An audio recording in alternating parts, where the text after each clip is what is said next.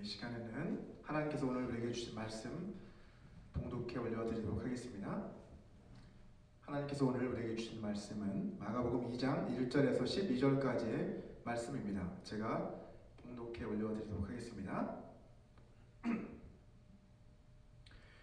후에 예수께서 다시 가버나움에 들어가시니 집에 계시다는 소문이 들린지라 많은 사람이 모여서 문 앞까지도 들어설 자리가 없게 되었는데 예수께서 그들에게 도를 말씀하시더니 사람들이 한 중풍병자를 네 사람에게 메워 가지고 예수께로 올세 무리들 때문에 예수께 들어갈 수 없으므로 그 계신 곳에 지붕을 뜯어 구멍을 내고 중풍병자가 누운 상을 달아내리니 예수께서 그들의 믿음을 보시고 중풍병자에게 이르시되 작은 자야 내 죄사함을 받았느니라 하시니 어떤 서기관들이 거기 앉아서 마음에 생각하기를 이 사람이 어찌 이렇게 말하는가 신성 못 오기로다 오직 하나님 한 분 외에는 누가 능히 죄를 사하겠느냐.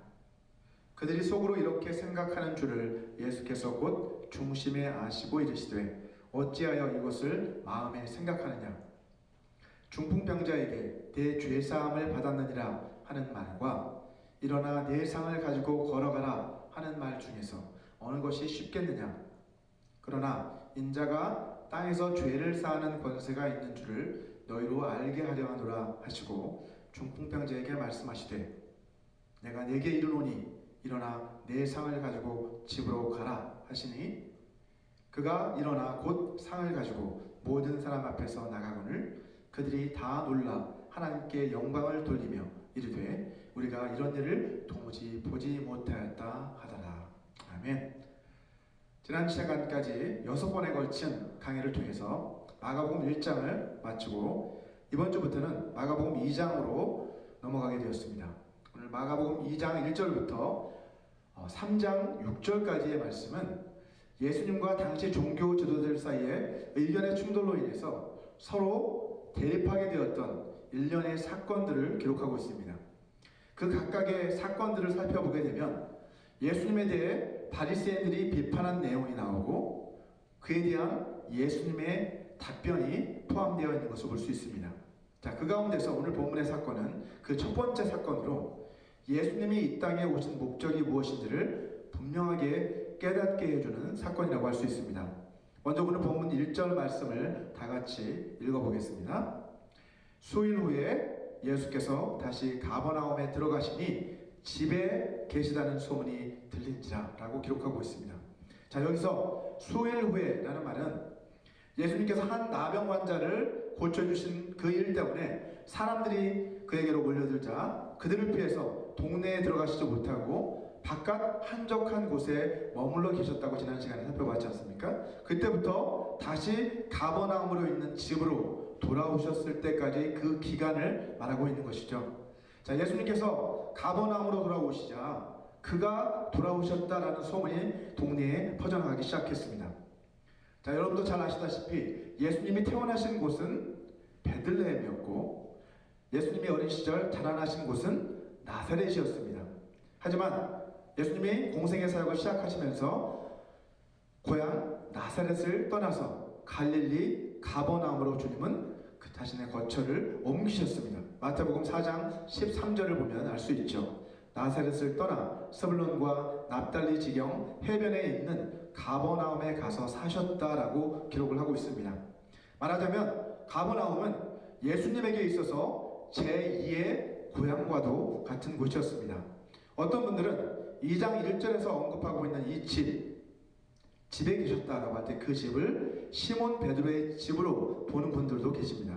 하지만 마태복음 4장을 보게 되면 예수님이 시몬 베드로를 만난 것은 가버나움으로 이사를 한 이유라는 것을 알 수 있고요. 또한 요한복음 1장 39절과 40절을 보시게 되면 이 사실을 우리가 보다 분명하게 확인할 수가 있습니다. 먼저 요한복음 1장 39절을 보면 예수께서 이르시되 와서 보라. 그러므로 그들이 가서 계신 데를 보고 그날 함께 거하니 때가 10시쯤 되었더라. 다음 절 40절 보면 요한의 말을 듣고 예수를 따르는 두 사람 중에 하나는 시몬 베드로의 형제 안드레라라고 기록을 하고 있습니다. 예. 시몬 베드로의 형제였던 안드레가 요한과 함께 예수님이 계신 곳을 찾아가 하룻밤을 묵었던 그 사건을 기록하고 있는 것이죠. 따라서 우리는 가버나움에 예수님이 거주하시던 그 집이 실제로 있었다는 것을 이 말씀을 통해 확인할 수가 있습니다. 자, 마가복음에서는 가버나움에 있는 예수님의 집에 대해서 여러 번 언급이 되고 있는데, 이 집은 주로 예수님이 어떤 말씀 사역을 위한 모임 장소로 주로 사용하셨던 집이라는 것을 알 수 있습니다. 본문 2절 말씀을 보시면 이렇게 기록하죠. 많은 사람이 모여서 문 앞까지도 들어설 자리가 없게 되었는데 예수께서 그들에게 도를 말씀하셨다라고 기록하고 있습니다. 여러분, 시몬 베드로의 집에 계실 때에 수많은 사람들이 몰려왔던 것처럼 예수님이 그 집에 계시다는 소문을 듣고 문 밖에서조차 서 있을 자리가 없을 정도로 수많은 사람들이 그리로 몰려왔습니다. 하지만 전과 달리 예수님께서는 병을 고쳐주시거나 귀신을 내어쫓아 주시지 않으시고 그들에게 도를 말씀하셨다라고 그렇게 오늘 본문은 말씀하고 있습니다. 다시 말해서 주님께서는 하나님 나라의 복음을 전하고 계셨던 것이죠. 자, 지난 시간에도 말씀드렸던 것처럼 신유와 축귀, 귀신을 쫓아내는 것은 하나님 나라가 임하였다라는 것을 보여주는 표적에 불과하다고 말씀드렸어요. 주님은 하나님 나라의 복음을 전하는 그 일을 최우선순위에 주셨습니다. 하나님 나라의 복음이 전해지는 곳에는 신유와 능력이 뒤따라 나타나게 되어 있습니다. 이처럼 교회는 먼저 하나님 나라의 복음이 선포되는 장소가 되어야 합니다. 그렇게 할 때 신유와 능력도 나타나게 되는 것이죠. 자, 예수님께서 자신의 집에 몰려든 그 사람들에게 말씀을 증거하셨던 것처럼 교회는 하나님의 말씀이 선포되는 장소가 되어야만 합니다. 주님께서 한참 말씀을 전하시고 계시는 동안 뒤늦게 그 집에 도착한 사람들이 있었습니다. 본문 3절 말씀이죠. 사람들이 한 중풍병자를 네 사람에게 메워가지고 예수께로 올세 라고 기록하고 있는데, 자, 개역개정에서는 사람들이 네 사람에게 이 중풍병자를 데리고 오도록 했다라고 그렇게 번역을 하고 있죠. 하지만 이것은 잘못된 번역입니다. 자, 새 번역을 보시면 그때에 한 중풍병 환자를 네 사람이 데리고 왔다라고 이렇게 번역을 하고 있죠. 이것이 헬라어 원문에 맞는 번역입니다. 그 중풍병 환자를 네 사람이 침상에 들고 그렇게 예수님이 계신 그 집을 찾아온 거예요. 자, 예수님께서 말씀을 전하고 계실 때 네 사람이 한 중풍병자를 들것에 뉘어서 그렇게 데리고 온 거죠. 자, 이것을 볼 때 그 중풍병자는 온몸이 마비되어서 움직이지 못하는 그런 심각한 상태였다는 것을 알 수 있습니다. 본문 4절에서 보시는 것처럼 그들은 그 중풍병자를 예수님께로 데려가 안수받게 하려고 했지만 사람들이 너무나도 많아서 도저히 집 안으로 들어갈 수가 없었습니다. 자, 하지만 그들은 거기서 포기하지 않았죠. 그들은 그 집 지붕으로 올라가서 그 지붕을 뜯어내고 구멍을 내서 그 구멍을 통해 중풍병자가 누워있는 그 매트를 달아내리게 됩니다. 자, 이 당시 팔레스타인 지역의 가옥들은요, 대개 흙벽돌로 지은 단층, 한층 슬라브 건물로 되어 있었는데 그 지붕이 평평한 그러한 건물들이었습니다. 자, 건물 바깥쪽에는 이제 그 지붕으로 올라가는 계단이 이렇게 되어 있고, 그래서 계단을 통해 지붕으로 올라갈 수 있게 된 거죠. 그 지붕에 올라가서 그곳에서 휴식을 취하거나 그곳을 또 이용할 수 있는 그런 형태로 지어져 있었습니다. 자, 그래서 그들은 그 계단을 통해서 지붕으로 아마도 올라갔을 것이고, 그리고 흙벽돌로 된 그 기와들을 걷어내고 지붕에 구멍을 내기 시작한 거예요. 오늘 본문과 똑같은 사건을 기록하고 있는 누가복음 5장 19절 말씀을 같이 한번 보시면 이렇게 기록합니다. 무리 때문에 메고 들어갈 길을 얻지 못한지라 지붕에 올라가 기와를 벗기고 병자를 침상째 무리 가운데로 예수 앞에 달아내렸다라고 그렇게 기록하고 있어요. 기와를 벗겼다는 표현이 나오고 있죠. 이처럼 그 당시 팔레스타인 지역의 가옥 구조상 지붕을 뜯어내고 구멍을 내는 것은 충분히 가능한 일이었다는 것을 알 수 있습니다. 하지만 그럼에도 불구하고 그것은 결코 그다지 만만한 일은 아니었을 것입니다. 자, 병자를 침상째 달아내리기 위해서 구멍을 뚫는다면 굉장히 큰 구멍을 뚫어야 되겠죠. 지붕은 굉장히 큰 구멍을 뚫어야 됩니다. 예. 흙벽돌로 만든 지붕이기 때문에 그 튼튼하지도 않았을 텐데 그 큰 구멍을 뚫는 것은 아주 위험천만한 일이죠. 예. 그리고 그 병자를 침상째 달아내려야 되는데, 그러려면 그것을 뜯어내는 과정에서 어떤 일이 벌어질까요?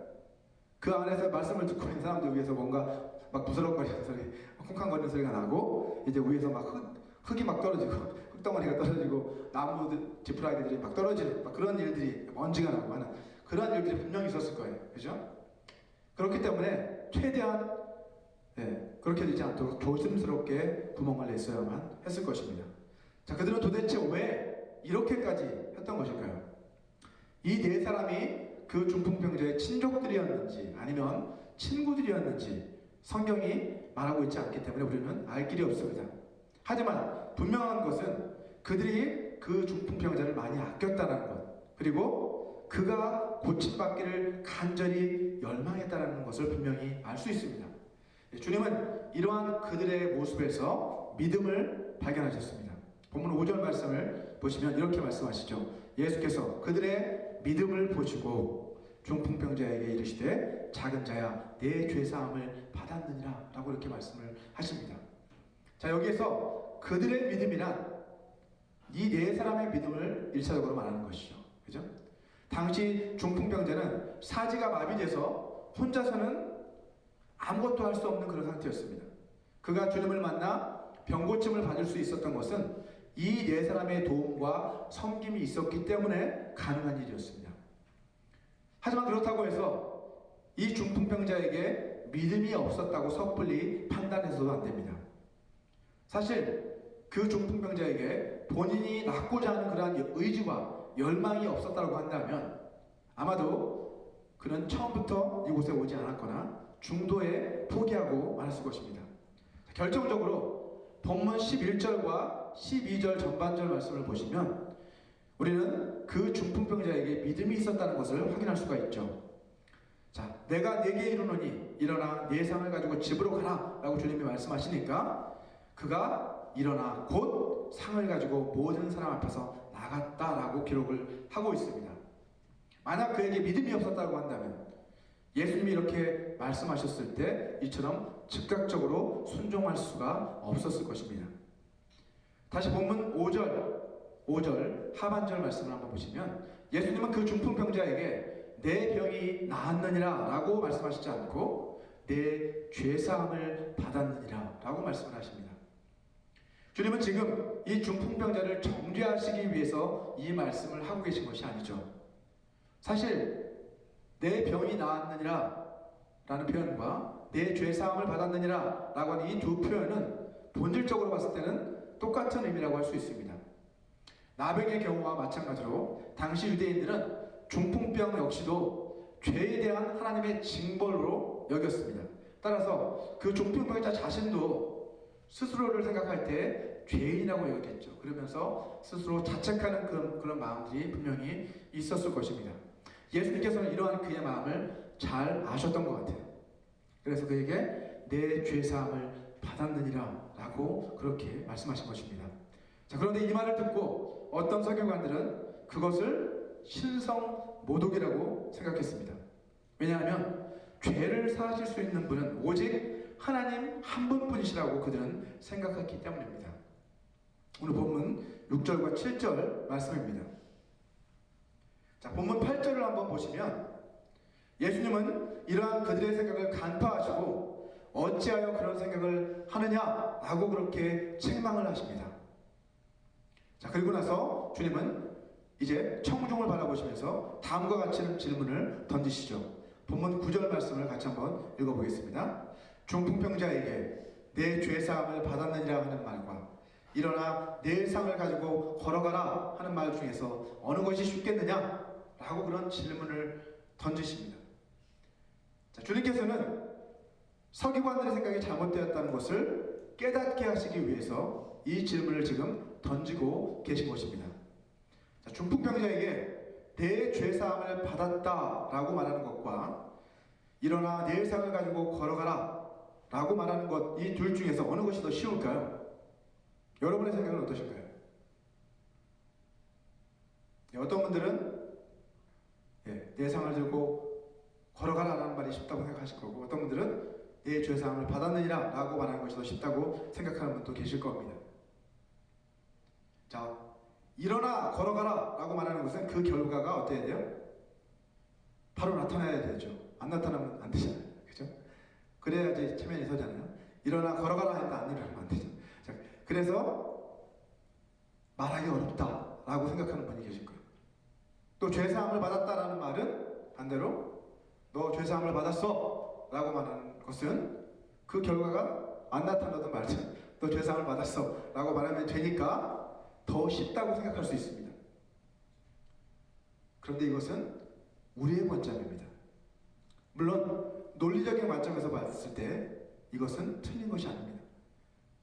하지만 여러분, 문맥을 자세히 살펴보게 되면 이러한 해석은 잘못된 해석이라는 것을 알 수 있습니다.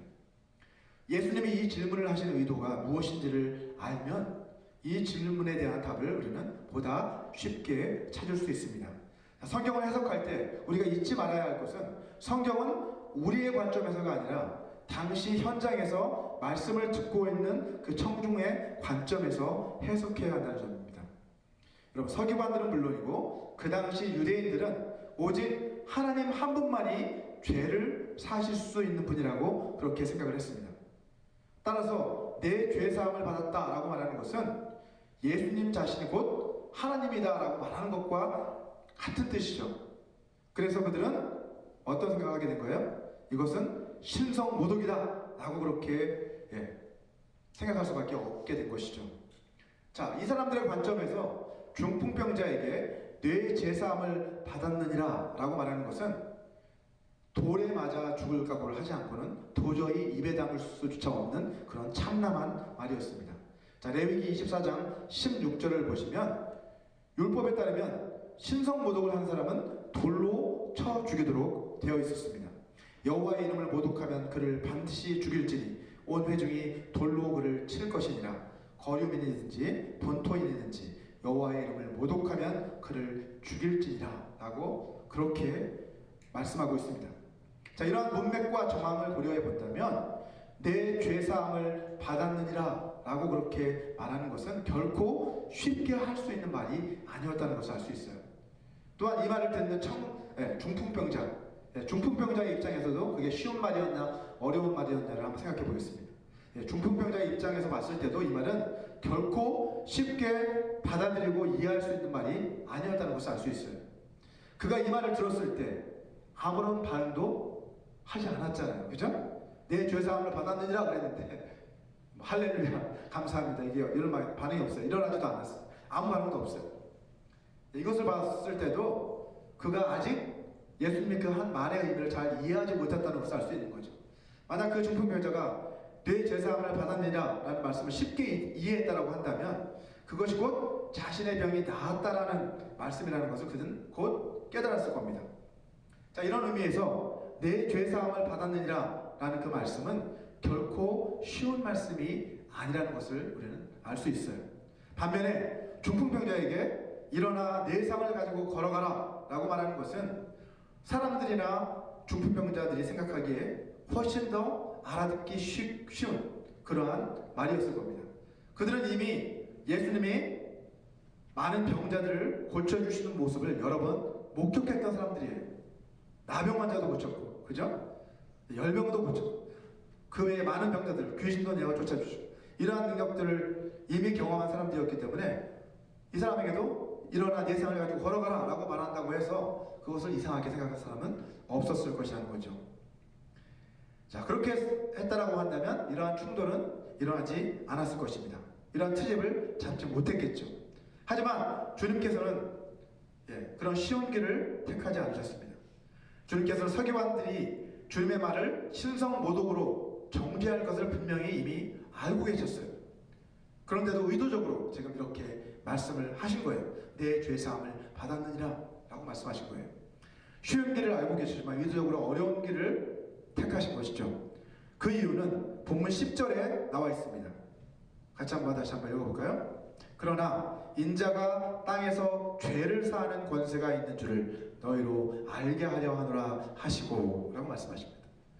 주님께서 그렇게 하신 이유는 바로 인자, 곧 메시아이신 예수님이 이 땅 가운데 오신 이유가 죄를 사하는 권세를 가지고 오신 것임을 밝히시기 위해서 지금 이렇게 말씀하신 것이라는 것을 알 수 있어요. 자, 그리고 나서 이제는 그보다 훨씬 더 쉽고 분명한 말로 이 중풍병자에게 말씀을 하시죠. 본문 11절을 보시면 내가 내게 이르노니 일어나 내 상을 가지고 집으로 가라 라고 그렇게 말씀을 해주십니다. 자, 그러자 내 죄사함을 받았느냐라는 그 말씀에는 꿈쩍도 하지 않았던 이 중풍병자가 어떻게 합니까?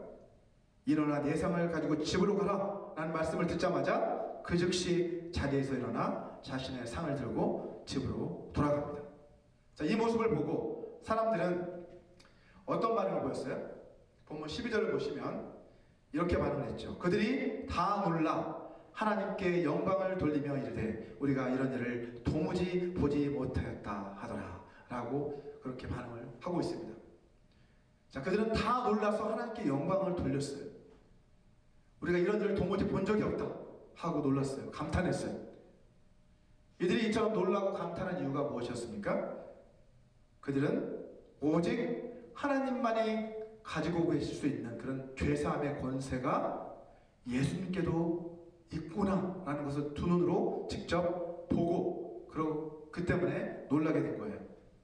오늘 본문에 보면 죄를 사하시는 예수님의 그 권세를 목격한 사람들이 세 가지 반응을 보입니다. 자, 첫 번째 반응은 서기관들이 보인 반응이에요. 그들은 예수님의 그 죄사함의 권세에 대해서 어떻게 했어요? 부정했죠. 반박하고 부정하는 그런 태도를 보였습니다. 자, 두 번째 반응은 어떤 반응이냐면 이 중풍병자의 반응입니다. 예수님의 그 죄사함의 은혜를 직접 체험한 장본인이잖아요. 그런데도 불구하고 오늘 본문만 보면 그 사람은 그 은혜에 대한 감사의 표현이 전혀 나타나 있지 않습니다. 병고침을 하고 나서 예수님께 감사하며 하나님께 영광을 돌리며 돌아갔다라고 기록했던 다른 병자들과 달리 오늘 본문의 병자는 그냥 자신의 다리를 들고 그냥 집으로 돌아갔다라고 그렇게 기록을 하고 있습니다. 자, 세 번째 반응은 군중들의 반응이에요. 이들은 예수님의 죄사함의 그 권세를 직접 목격하고 나서 놀라워했어요. 그리고 감탄했어요. 그리고 하나님께 영광을 돌렸어요. 하지만 정작 자기 자신들도 바로 그 죄사함의 은혜가 필요한 사람들이라는 것을 그들은 깨닫지 못했습니다. 여러분, 안타깝게도 이 세 가지 반응 모두 주님이 원하시는 반응이 아니었습니다. 주님이 우리에게 기대하시고 원하시는 반응은 우리가 우리 자신의 죄를 깨닫고 그 죄사함의 권세를 가지신 그 주님 앞으로 나아가는 것, 그것이 바로 주님이 원하시는 반응이었죠. 누가복음 7장을 한번 보시면 예수님이 내 죄사함을 받았느니라 라고 말씀하신 또 다른 한 사람이 등장을 합니다. 그 사람은 바로 예수님이 바리새인 시몬의 집에 초대를 받아서 식사를 하고 계실 때 눈물을 흘리며 그 눈물로 예수님의 발을 적시고 또 자신의 머리털을 풀어서 그 머리털로 그 발을 닦아드리고 그 위에 향유를 부어드렸던 그 여인이었습니다. 자, 그런데 누가복음 7장 37절과 39절을 보시면 자, 여기서 말씀하고 있는 것처럼 그 여인은 그 동네에서 이미 죄인으로 낙인이 찍혀버린 그런 여인이었습니다. 37절에 보면 그 동네에 죄를 지은 한 여자가 있어 라고 그렇게 기록을 하고 있고요. 그 다음 39절을 보시면 예수를 청한 그 바리새인 시몬이 그것을 보고 마음속으로 어떤 생각을 했냐면 이 사람이, 이 예수님이 만일 선지자가 맞다면 자기를 지금 만지고 있는 이 여자가 누구고 어떠한 자인지를 알았을 거다. 근데 그가 바로 죄인인 줄을 알았을 거다 라고 그런 생각을 하고 있었다는 것이죠. 그 동네 사람 모두가 이 여인이 많은 죄를 지은 그 죄인이라는 것을 이미 다 알고 있었던 거예요. 하지만 예수님은 그 여인의 죄가 사하여졌다라고 그렇게 말씀을 하십니다. 우리 누가복음 7장 47절 말씀을 함께 보겠습니다. 이러므로 내가 네게 말하노니 그의 많은 죄가 사하여졌도다. 이는 그의 사랑함이 많음이라. 사함을 받은 일이 적은 자는 적게 사랑하느니라 라고 말씀을 하십니다. 여러분, 이 예수님의 말씀을 통해서도 그 여인이 죄를 많이 지은 사람이라는 것을 우리는 다시 한번 확인할 수 있어요. 그의 많은 죄가 사해졌다는 것은 죄를 그만큼 많이 졌다는 거죠. 자, 그리고 이는 그의 사랑함이 많음이라 라고 주님이 말씀하셨는데, 이 표현은 죄사함을 받은 그 이유를 말하고 있는 것이 아니에요. 이 여인이 예수님을 너무나 사랑했기 때문에 그의 많은 죄가 사여진 것이 아니라는 거죠. 오해해서는 안 됩니다. 그 여인이 이렇게 자기네 값진 향유옥합을 부어드리고 막 눈물로 예수님의 발을 닦아드린 그 행위 때문에 구원을 받은 것이 결코 아니라는 거예요. 그 여인이 구원을 받을 수 있었던 것은 예수님의 죄사함의 권세가 예수님께 있었고 예수님이 그 은혜를 베풀어 주셨기 때문에 죄사함을 받은 것이죠. 자, 여기에서 그의 사랑이 이는 그의 사랑함이 많음이라는 표현은 그 이유, 구원을 받은 이유를 말하는 것, 죄사함을 받은 이유를 말하는 것이 아니라 그 죄사함을 받은 그로 인해서 그가 그러한 행동을 하게 된 그런 결과, 그죠? 그 여인이 죄사함을 받았다는 것을 보여주는 근거라고 해석을 해야만 된 것입니다. 이는 그의 사랑함이 많음이라, 그의 사랑함이 많은 것을 보았을 때 그 여인은 이미 그 죄사함을 받은 사람이 분명하다, 이런 뜻이죠.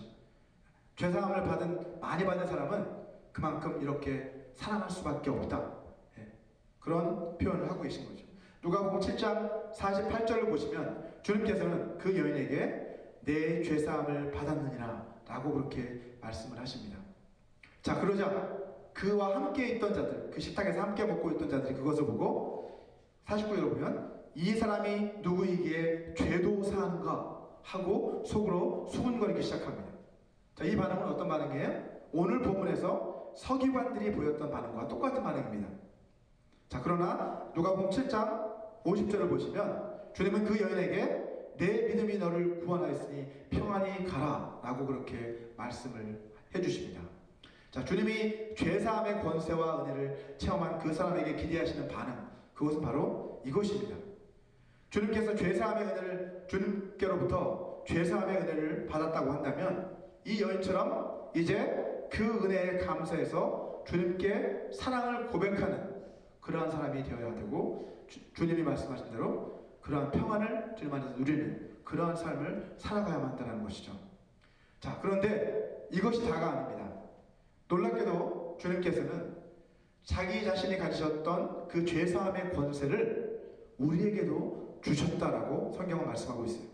요한복음 20장 23절 말씀을 같이 한번 읽어보겠습니다. 요한복음 20장 23절 말씀입니다. 시작. 너희가 누구의 죄든지 사하면 사하여 줄 것이요 누구의 죄든지 그대로 두면 그대로 있으리라 하시니라. 자, 이 말씀은 무슨 말씀이에요?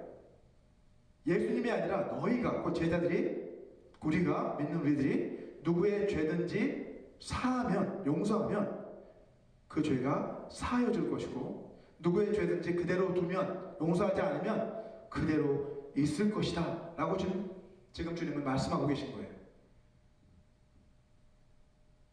우리에게 죄사함의 권세를 주신다는 거예요. 여러분, 따라서 주님의 죄사함의 은혜를 먼저 체험하고 주님께로부터 그 죄사함의 권세를 부여받은 우리들이 해야 할 일은 무엇이겠습니까? 우리도 마찬가지로, 이 여인과 마찬가지로 죄사함의 은혜가 필요한 주님 앞에 감사하고, 또 우리의 죄사함의 은혜를 받았던 그 은혜를 우리만 누리는 것이 아니라 그 은혜가 필요한 사람들을 찾아가서 그들에게 그 은혜에 대해 증거하고 그들을 주님께로 인도하고, 주님이 우리에게 말씀하셨던 것처럼 죄사함의 권세를 가지고 진정한 용서의 삶을 베푸는 것, 그것이 바로 주님이 우리에게 기대하시는 반응이라는 것이죠. 오늘 본문에서 네 사람이 중풍병자를 주님 앞으로 데려다 주었던 것처럼 우리는 우리 자신의 능력으로 다른 사람을 그리스도인으로 만들 수는 없어요. 그런 능력은 우리에게 없습니다. 하지만 그 사람을 그리스도께로 데려오는, 그리스도 앞으로 인도하는 그런 일은 우리가 그 네 사람처럼 할 수 있다는 거죠. 우리의 선한 말과 우리의 선한 행동과 삶을 통해서 그리스도의 사랑이 그 사람에게 계속해서 흘러나갈 때 굳게 닫혀있던 그 사람들의 마음도 점점 그 마음의 문도 열리게 될 것입니다. 사실 인간에게 질병이 생기기 시작한 것은 아담의 범죄 사건 이후였습니다. 아담의 범죄로 인해서 인간은 하나님의 영원한 생명에서 끊어짐으로 인해서 죽음을 피할 수 없는 존재가 되었고요. 더불어서 인간의 육체 또한 이제 그때부터 여러 가지 질병에 의해 고통을 받게 된 것입니다. 따라서 우리는 육체의 질병으로 고통받는 그 영혼들을 바라볼 때도 판단하고 정죄하는 마음이 아니라 그들이 고통을 당하는 것은 우리 모두의 탓, 우리 인간의 탓이라는 것을 기억하고 안타까운 마음으로 그들을 불쌍히 여기며 그들을 위해 하나님의 자비와 긍휼을 구하는 그러한 사람들이 되어야만 합니다. 무엇보다도 예수 그리스도의 죄사함의 그 은혜를 먼저 체험한 우리들이 감당해야 될 가장 큰 사명은 무엇이겠습니까? 그것은 누구든지 회개하고 예수 그리스도의 이름을 믿고 그분을 구원의 주님으로 영접하면 영생을 얻을 수 있다는 이 기쁨의 소식, 이 복음을 온 세상에 선포하는 것, 그것이야말로 주님께서 우리에게 맡겨주신 가장 큰 사명입니다. 저와 여러분 모두가 이러한 죄사함의 권세를 가지고 서로를 용서하며 또 온 세상에 예수 그리스도를 통한 이 죄사함의 은혜를 선포하는 그러한 삶을 살아가게 되시기를 주님의 이름으로 축원합니다. 우리 이 시간 오늘 주신 이 메시지를 생각하시면서 함께 잠시 눈을 감고 기도하는 시간을 좀 갖기 원합니다.